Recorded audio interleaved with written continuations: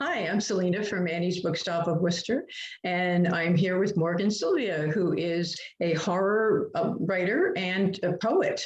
For readers unfamiliar with your work, how would you describe what you write? The first word that comes to mind is going to be dark. I tend to have like a very just dark, kind of sort of almost supernatural feel to a lot of my works. I'm often told that I have a very poetic type of voice, and that language means a lot to me. So I do pay a lot of attention to just the rhythm and the images of the words, and how they flow and what they do. I try to have the impact when I'm writing that I want a reader to have. Whether I'm doing well at that or not, I guess is up to the reader to decide. But I guess, yeah, I would say dark and poetic are the things that I tend to hear back the most when people are describing my work. And I don't think I would argue with that. Okay, and what can readers expect from Coming Through the Waves, which is your latest Coming story? through in waves. Your latest story in Coming Through the Waves. Right. This is the latest release that I was in. Pink Floyd fans take note. This is a charity anthology. Portion of proceeds benefit the Leukemia and Lymphoma Society. This is actually my first foray into crime fiction. It's not actually, it's a dark piece. Mine's kind of like, I would almost call it like a punk noir piece. A little bit of a divergent from what I usually do. But the way they put this together was everybody picked a song, and obviously Pink Floyd has this massive library to pick from. The one that I wrote off was Julia Dream. It's probably not one of their better known songs, but it's a really cool little book. Like, all the stories are great and it's a great cause. So that's what I read from. Hmm. And what do you think draws readers to these kinds of books, to your normal kinds of books? Um, that's a good question. Um, I think a lot of the imagery would probably have something to do with it. I try to kind of keep things moving and just delving into like different aspects. I like to delve into subjects that interest me. And that could be anything from witchcraft to paranormal stuff. So I think the subject matter probably varies from book to book and story to story. But I think, people that are drawn to that sort of thing would probably like my work a lot.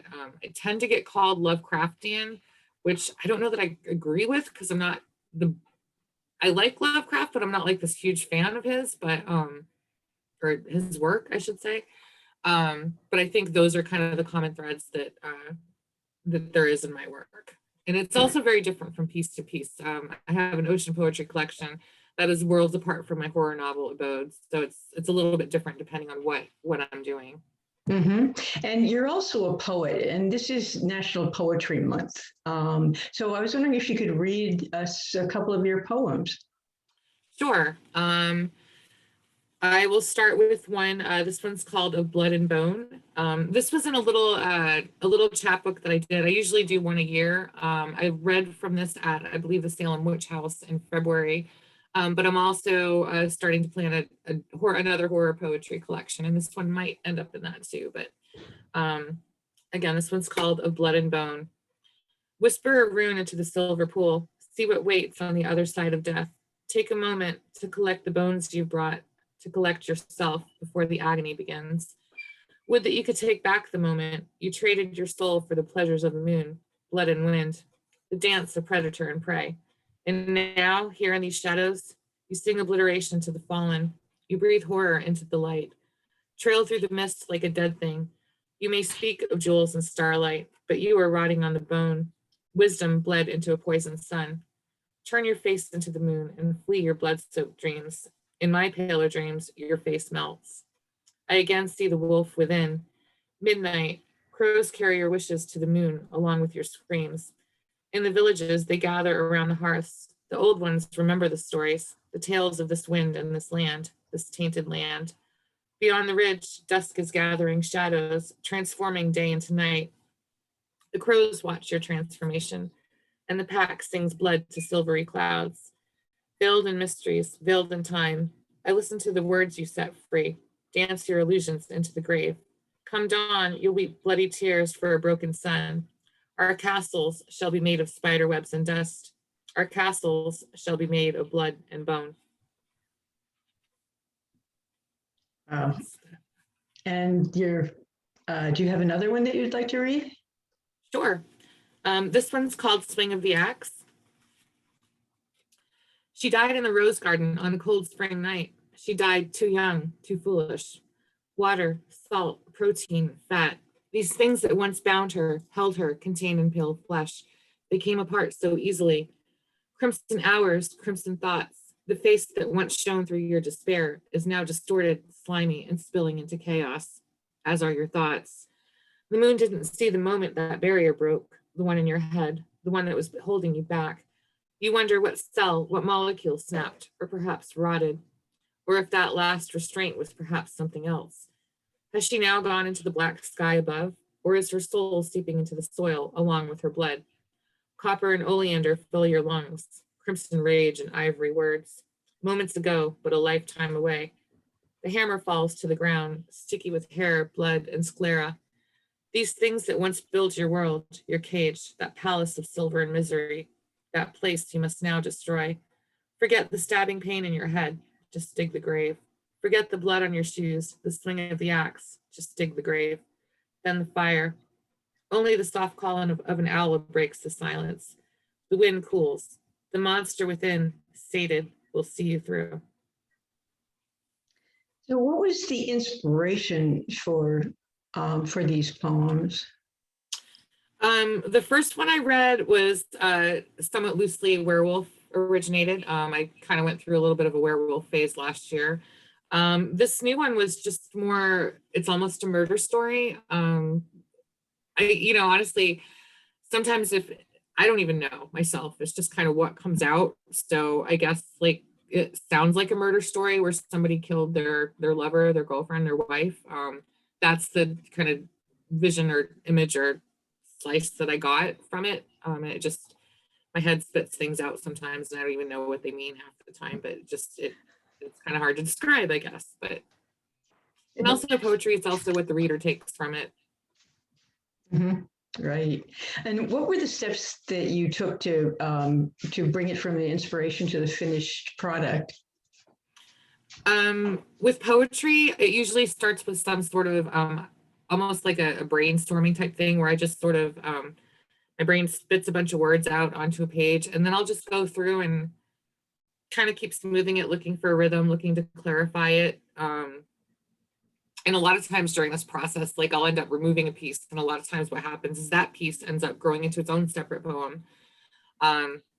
Repeat, rinse, repeat, and that keeps happening. But I just try to get things sort of boiled down to, an image or a moment of clarity or, maybe a snapshot in a bigger story. I don't approach poetry from the standard the standard lines. I don't do any, I always do free verse, other than the occasional haiku or anything like that. So it's all just very much about the rhythm and the images flowing into one another, almost like a short story. Mm-hmm. And what about your coming through the waves story? That one, it's kind of funny because the way it worked, everybody picked a song, and when I came on board the project, I had somehow missed that. So I had picked a different song, and turned out that song was already taken. And then I changed it a little bit to a Julia Dream song, which I've always loved the song Julia Dream. And it just sort of, it was one of those that just kind of came out almost in one shot. It just almost wrote itself, like it was just there. I don't know how else to describe it, but it was just very clear from the beginning. I think the first line, or that "there you are, Albert," like that kind of stuck in my head, and I sort of delved into that and just went deeper with it. Okay. Did you do any kind of research, or do you do any kind of research for your writing? Yes, but this one I didn't really very much, but I sometimes do a lot of research even for short stories. Speaking of werewolves, one of the later releases I was in was Wicked Women from New England Horror Writers. That was a werewolf bit as well. I did a lot of research on that one. I looked into the original werewolf myths, that, medieval, like what were the stories back then as opposed to, the Lon Chaney movie. And yeah, I really like to get to the bottom, like especially if I'm dealing with something like that, like, a legend or a myth or some sort of creature. Like I like to go back to, what was the original myth about and kind of go from there. But yeah, I usually do quite a bit of research. And what was your favorite research story? That would have to be my one from another New England horror, another New England horror writer anthology, Wicked Witches. My story in that one was based on the Scottish witch hunts, which isn't as well known over here, of course, as Salem, but it's just a fascinating and a terrifying little bit of history. So I really delved into that one. And I went into, everything from, what the familiars were called and supposedly and things like that and how the courts worked. And so I really dug deep into that one. Wow. What was the biggest challenge in writing and putting out Coming Through the Waves? For that one with me, it would definitely be cutting the story because my original draft, and this is not unusual for me, my original draft was way over the word count. So I had to chop it and chop it and chop it and chop it. And it's kind of one of those things where like, I don't like to do that, but I do, once it's done, I'm like, yeah, that actually is way better now that it's shorter. So, but I went several rounds of cutting that and trimming it and getting it down there. So yeah, oddly, the hard part wasn't writing the story, it was cutting the story. It was erasing it. Interesting. Does that happen to you a lot, that you have to cut your stories? Yeah. Really? I tend to run long.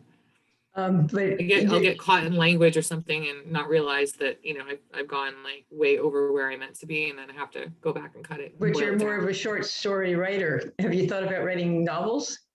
Oh yeah, I've released 2 novels so far. I'm finishing up a third, and then I've got That's 2 right. more Yeah. started. So yeah, and the processes are very different, depending on whether I'm doing a novel or a short story or which do you prefer?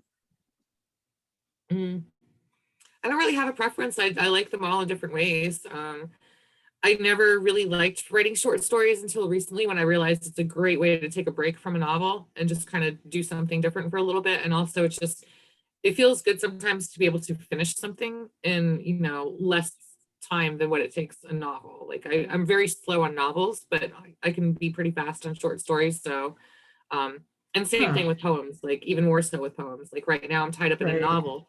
So all I'm submitting are poems because I've got more, I don't have the time for short stories right now, but I can still do poems pretty quickly and kind of just balance the 3, I guess. Yes, because I was noticing that you were writing a lot more short stories and poems lately. Yeah. Okay. Was there any character that you loved or hated the most in your writing? Overall, yeah, the my horror novel Abode, there's a creature. I won't go into stories, but the monster, he was kind of fun to write. His name's Jeremiah. He's this 1800s guy with a big hat, and he's really creepy, and he's actually demonic. And I just had a lot of fun writing him. He was very creepy to write. Also, I had a piece on Pseudopod that was called Salt Cave, and the character for that was very interesting to write because it's almost like a body horror transformation story, and it was just a very different angle than I had taken with my other stuff. So I'd have to say those 2. For the stuff that's been published, I won't go into the ones that haven't been published because there's, they're not out there for anybody to see. So right. Okay. And what else can we expect from you in the future? I think the next thing I have another short story coming out in Northern Frights, which is a magazine that the Horror Writers of Maine are doing. So I believe I have a piece in their next issue. I am in 2 anthologies that do not have solid release dates. So I'm hoping that they come out this year, but I'm not sure. There's another one that I don't even know what's going on with that one. That's possibly on pause. right now I'm finishing up on edits for Dawn 2, book 2, which is the my fantasy trilogy. Finishing that up, and then once that's done, I've got a horror novel that I can't wait to get back to, and I think it's time for me to probably put together a short story collection. So, and then probably another book of poetry. So, Okay, and great. then I've still got other work started. So yeah, there's no shortage of stuff coming down the pipeline. Keeping busy. Yeah. Now I have some questions for you about being a writer. What's your favorite part of being a writer? Lately being able to work from home doing it. I've been writing full time. It's also my day job. I do nonfiction freelancing work.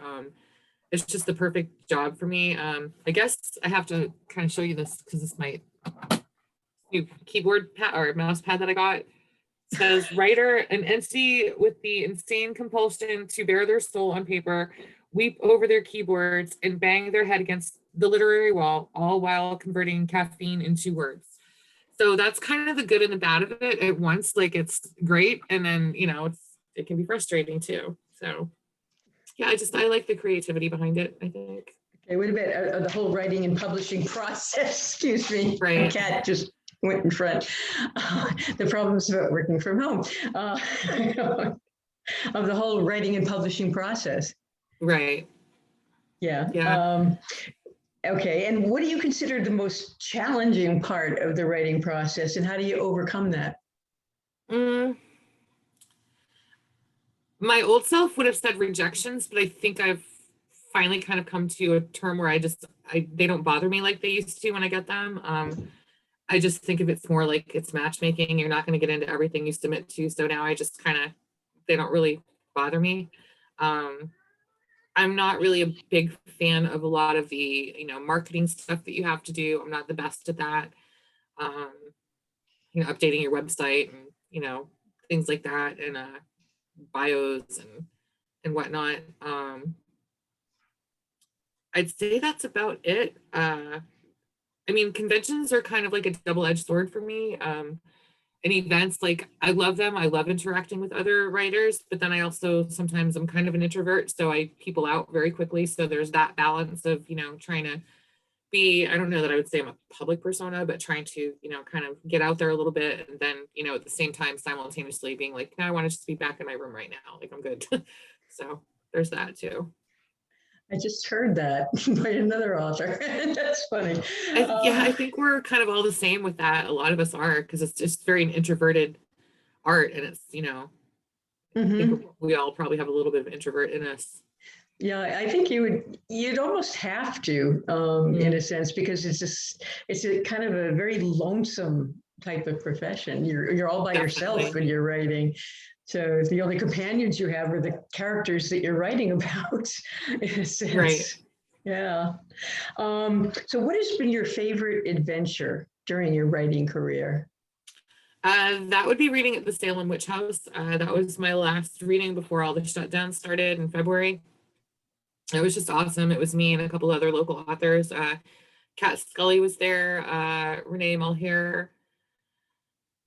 I am forgetting the other two, but it was just an amazing experience. It was just such a special, sacred place to be able to read some poetry. So that would definitely be the top spot. Oh, wow. I can imagine. That must have been incredible. Yeah. What is the greatest lesson you've learned so far in your writing career?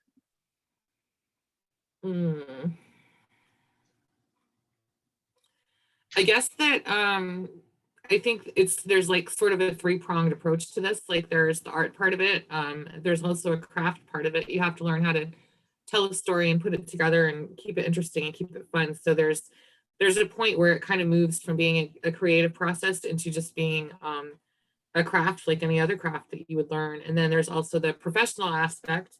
So you kind of have to balance all those three. You can't have just one part. And you can be the most creative writer ever, but if you can't tell a cohesive story, you may not be that effective. And then you can have those two down, but if you're not, dealing with the professional end of it and publishing and, networking and finding out what's going on in the industry, then again, you're going to limit yourself.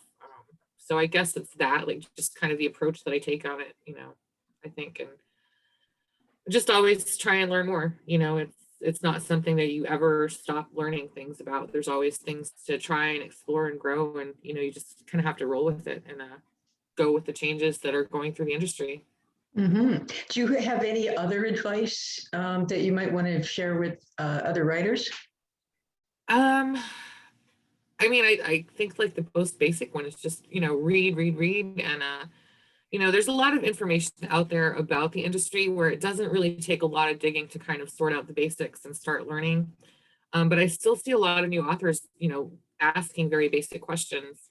I think if if you want to get into this, like, spend a couple days, and then, with the internet now, like there's just so much information out there, so many blogs and magazines and resources for the craft of writing, and you guys are building another one with this YouTube station, so yeah, just immerse yourself.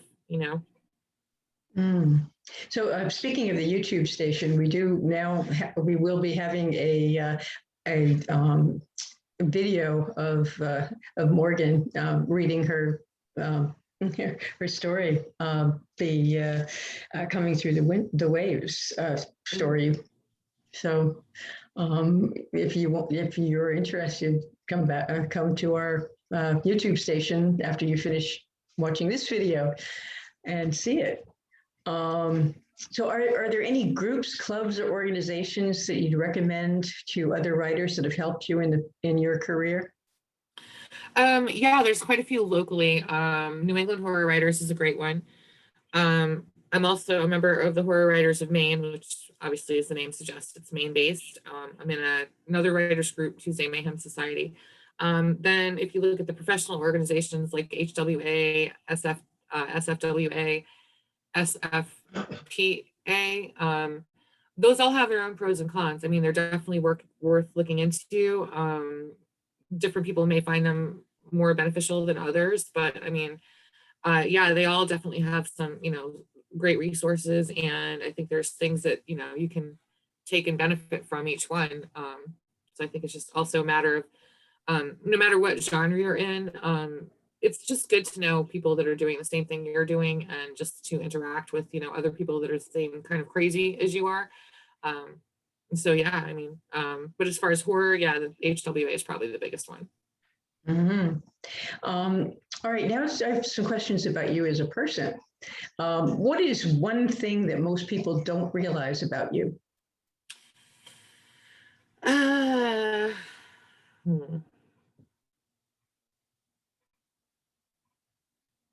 Sometimes I can't, I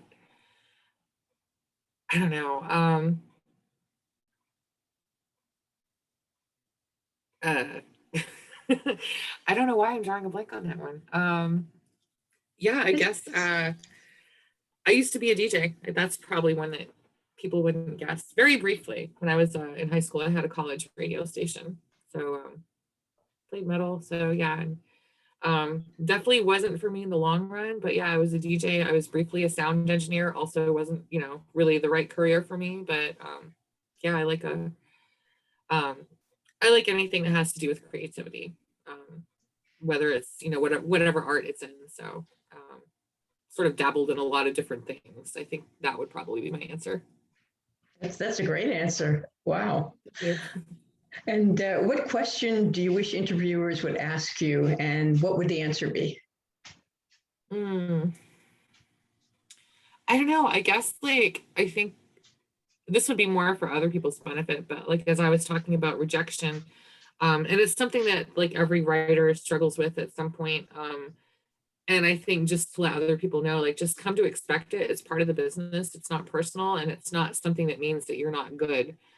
Because I think a lot of people just sort of immediately they get rejected and they think, oh my God, I'm terrible. And it's like dating, matchmaking. There's so many reasons to get rejected, and just instead of taking it as like this personal hit, just keep moving forward, and just understand it's part of the business. You're not going to get everything that you submit to, and I think if you sort of steel yourself for that, like you'll save yourself a lot of pain and heartache, and just take the professional approach and just keep pushing, and don't take them personally. Okay. What is or are your passions when you're not writing, and how do you make time for them? The time is very difficult right now. I've been really, really busy. I like gardening. Given that I live in Maine, that's not something I really do in winter, but in summer I have a little rose herb garden that, I like to work on that. I do another art, decoupage. I'm delving into that a bit when I have more time. Me and my boyfriend also like to just go driving around, going to yard sales, thrift stores, antique stores, places like that. So I enjoy doing that. I'm getting back into fitness, so I'm enjoying doing like bar and Pilates workouts. So it's just kind of a mixture of trying to balance all of these things. I love concerts, but obviously that hasn't been happening over the last year. So looking forward to that starting up again. Uh-huh. And what are some of your writing related hobbies? I mean, reading, and I also like to just watch things that are kind of in line with whatever I'm working on. Like if I'm working on a horror novel, then I'm soaking up all the horror movies I can find. If I'm working on fantasy, then I might be looking more into like historical stuff about armies and queens and whatnot. I just turn into like a sponge. So I sort of give myself time to take things in, and that just means to me soaking in any kind of art, whether it's paintings or readings or poetry or sculptures even, just trying to absorb everything I can. Great. And what does your writing space look like? And what do you need to have around you while you're writing or editing? Well, you're in it. So this is it. Just the basics. I need this. I'm kind of weird in that, like, I can't really settle into work if the place is chaotic. So I try to keep it pretty neat. Um, I just got my books and then just pretty simple coffee, some candles, my computer, some music. Um, Cat's usually around somewhere, but that's pretty much it. Yeah, we've seen your cat go in and out twice. Yeah, I know. That's why the door's open, because if I'd shut the door, like no matter which side she was on, you'd be hearing like the scratching and the meowing. That was actually another question, which is writers often have furry or feathered or otherwise non-human companions that will either help them or hinder them through their work. And what do you, which I've noticed you do, and what do you have, and how do they help or hinder you? Orca is, she's on her little orca right now. Her name is Orca. She's got an orca scratcher. I don't know if you can see her. Yes. But yeah, so Orca's on her little orca. She's cute, but she's also like, she's usually on my desk, but she has walked over keyboards, knocked coffee over, just, as you can see, she's not shy about interrupting Zoom calls. So yeah, she's kind of a pain. And then we just got a dog, Miko, and Miko's got a bed on the other side of my desk. She's really good. She usually just sits and sleeps all day, and then just they're adorable. But they can be kind of distracting. But Okay. And while you're writing, do you prefer silence, music, or what do you prefer? If I'm writing for work, I usually keep it quiet, or I might have the TV on in the background. I don't let myself listen to music unless I'm working on fiction or poetry, because I have to sort of distinguish it somehow, work and play, or it's not that it's play, but so I found that because I'm in this room regardless, so I spend a lot of time in this room, so it's not like I can get up, move to another room, so I have to kind of change things. So if I'm working, I won't really play music or put on candles or things like that. But if I'm working on fiction, then I'll do that stuff just to kind of create more of a mood and a little bit of a division from the day job and the night job, or the day writing and the night writing, or whatever you call it. Okay. And do you have any like favorite foods or drinks or anything else that you need to have with you while you're writing? Coffee would be at the top of the list. I'm also recently getting into matcha. Um, Other than that, I mean, there's a lot of things I like to eat. Like I'm big on chicken, seafood, soups and chowders if it's winter. It just depends. Like my ultimate luxury writing food is would be like a seafood pasta Alfredo, but too many carbs, so I can't really do that too often these days. Right, right. And how important has the New England setting been to your writing?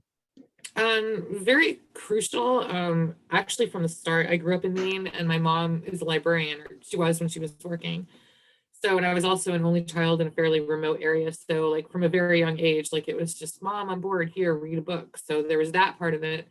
And I think the atmosphere and the weather both play roles, because we've got all these cool historical buildings, but then we're also trapped inside for, a good chunk of the year. So there's that, like, blizzards aren't good for many types of activity, but they're a great reading and writing weather. So I think that definitely plays a role.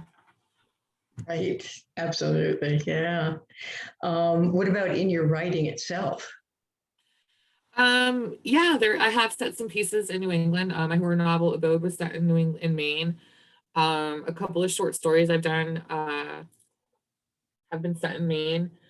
Um, I've set things other places too, but like it's an easier place for me to step into, I think, because I'm familiar with it and I know the vibe so well. It's Mhm. always a fun just area to write about too. Mhm. Okay, great. And I just have two more questions for you. Um, Where can people find your work? Aside from Annie's Bookshop of Worcester, and I'm going to put a plug in here for Annie's, and Mhm. we can get your books at Annie's, and you can call us at 508-796-5613, and we can order the books, and you can send us email at orders@anniesbooksworcester.com, and we can get your books for you. But where else could you find your books? The easiest thing would be my website, morgansylvia.com. You can also follow me on Amazon. Like look up Morgan Sylvia on Amazon, or just Googling Morgan Sylvia will probably get you there. I'm on the social media sites, Twitter and Facebook and Instagram. They're all linked through my website. And then, of course, if you see me at an event, that would also be a good bet. Okay, great. And the last question is, how can we follow your work and share your awesomeness? I think the same answer. Mostly my website, Okay. also my Amazon page. I'm on Twitter, I'm on Instagram, somewhat. I'm on Pinterest, but I don't really do. That's more like me. I mean, it's not really so much my writing stuff on Pinterest. That's just more like stuff that I like to pin. But yeah, I think my website probably would be the first answer there too. Okay, great. Well, that's all the questions I have for you.